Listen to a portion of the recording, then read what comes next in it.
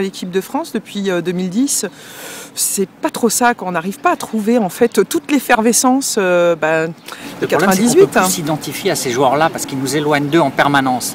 Il n'y a plus de leaders sur le terrain, il n'y a plus de leaders hors du terrain. Alors il n'y a plus de relais de lien avec nous, l'opinion publique, à l'image de ce qui se passe avec les médias qui sont les intercesseurs entre les joueurs de foot, les stars, les sportifs et le grand public. Comme il y a des clashs, des insultes, c'est comme s'ils insultaient le grand public, mais ça, ils ne s'en rendent pas compte.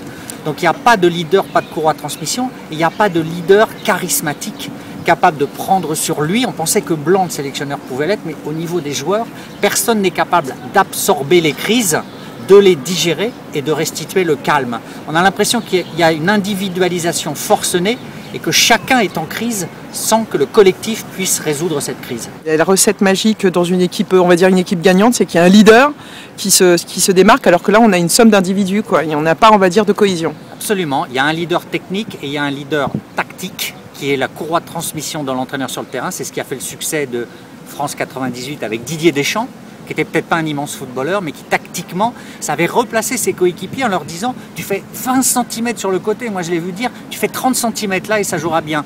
On a vu avec ces bleus-là, quand le capitaine Loris dit à un joueur « Ménez, replace-toi », il l'insulte. Donc on est dans la négation du collectif. Mais ça, c'est le produit de l'individualisation forcenée. Ces joueurs-là qui jouent à l'étranger, qui gagnent 500 000 € par mois dans leur club de Manchester City ou d'ailleurs, quand ils reviennent porter le maillot de l'équipe de France, il n'y a plus cet amour du maillot, il n'y a plus cette nécessité, il n'y a plus ce lien avec le pays. Ce sont comme si c'était des mercenaires en équipe de France. Ok, mais on peut peut-être pas tout mettre sur leur dos. Enfin, je sais pas, moi, si je transpose ça au monde de l'entreprise, quand on critique, on va dire, des collaborateurs, on dit, bon, il y a un système de fractal, quoi. Si ça marche pas, en fait, en bas de l'échelle, c'est que déjà, peut-être que je suis impertinente en disant ça, mais que ça marche pas en haut non plus. Non, c'est vrai, le sélectionneur n'a pas rempli sa mission. La fédération a longtemps été absente. Alors maintenant, il y a un vrai président, Noël Le Graët. Mais là, quand il est confronté à ces jeunes-là, c'est compliqué. Ce qui se passe, c'est qu'on est en plein dans le reflet de la société, puisque ce sont des jeunes qui ne respectent plus les valeurs, ne respectent plus les anciens, souvent ne se respectent plus eux-mêmes entre eux, c'est l'individualisation forcenée et c'est aussi le problème du football qui n'a pas su les former en faisant des talents. Ils ont oublié de les rendre intelligents, ils ont oublié de leur faire comprendre qu'il y avait des valeurs à respecter.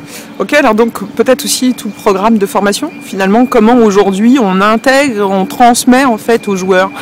On les prend, on va dire, je crois, dès l'âge de 12 ans ou 13 ans, et on les isole, et puis finalement, ils deviennent des stars en perdant complètement pied, en perdant des bases. Absolument, on en fait des footballeurs de talent, certes, puisque la France est reconnue pour ça, cette génération 87, mais on n'en fait pas des hommes, on n'en fait pas des gens qui peuvent s'intégrer à un collectif, à la société, comprendre les mécanismes. Or, le football au plus haut niveau, c'est comme le monde de l'entreprise, c'est de l'intelligence pure, c'est de la créativité tactique, mais c'est de l'intelligence. C'est comprendre les autres, comprendre comment il faut changer son dispositif tactique, et au plus haut niveau, c'est extrêmement précis pour s'adapter ou battre l'autre. Donc, c'est la culture du détail, mais c'est la culture du management, c'est tout ça. Il faudrait que les centres de formation ne forment pas que des joueurs pour taper dans un ballon, mais leur apprennent à devenir des hommes, à s'intégrer dans la société. Et à gérer le business aussi qui est lié au foot, parce qu'on peut dire qu'il y a quand même de la pipolarisation, il y a tout le business autour. Tiens, d'ailleurs, justement, dans leur image de marque, ils portent un maillot. Est-ce que les marques leur imposent aussi un comportement? Alors les sponsors, là, sont ulcérés parce qu'ils avaient une Aïsna en 2010 où il y avait une rébellion collective. Donc là, on n'est pas là-dedans, on est dans des rébellions individuelles, mais qui font mal. C'est la deuxième couche, là. Il faut savoir que les sponsors ont réclamé de l'argent après Nice Nice. Ils avaient dit, mais nous, on a payé, on n'a pas eu ce qui nous avait été vendu, on veut notre argent back. Donc là, ça va être pareil. Et la fédération a de plus en plus de mal à réunir des sponsors. Et à un moment, peut-être que ce qui va faire mal aux joueurs, c'est s'ils sont touchés au portefeuille et que les sponsors refluent. À ce moment-là, peut-être qu'ils vont se dire « Oula, on est allé trop loin, il faut vite qu'on change de comportement ». C'est pareil à l'étranger, parce que finalement, j'entends jamais parler, j'ai l'impression qu'il n'y a que les Français qui sont impertinents. On s'y intéresse moins, mais quand vous voyez en Italie Balotelli, qui est un joueur ultra caractériel avec des débordements partout, Tevez en Argentine, il y a des stars capricieuses. Mais sans doute qu'elles sont mieux gérées, qu'elles n'ont pas ce rapport totalement excessif aux médias et donc au grand public, et qu'il y a quand même une culture ou des valeurs qui sont transmises au fil des sélections et qui permettent d'éviter les débordements. Ceci dit, au Brésil, quand il y avait Ronaldinho, qui faisaient la fête, ou dans d'autres pays, aux Pays-Bas, quand il y a les querelles claniques ou raciales à l'intérieur de l'équipe, c'est extrêmement compliqué. C'est sûr qu'en France, on a un moindre écho de ça parce qu'on est moins passionné que par nos Bleus. Tiens, justement, on parle de racial. J'entends aussi souvent la version c'est une génération Kaira. C'est aussi pour ça, moi, en même temps, je suis assez choquée parce que 98, c'était une équipe black, blanc, beurre. Et puis maintenant, cette génération Kaira.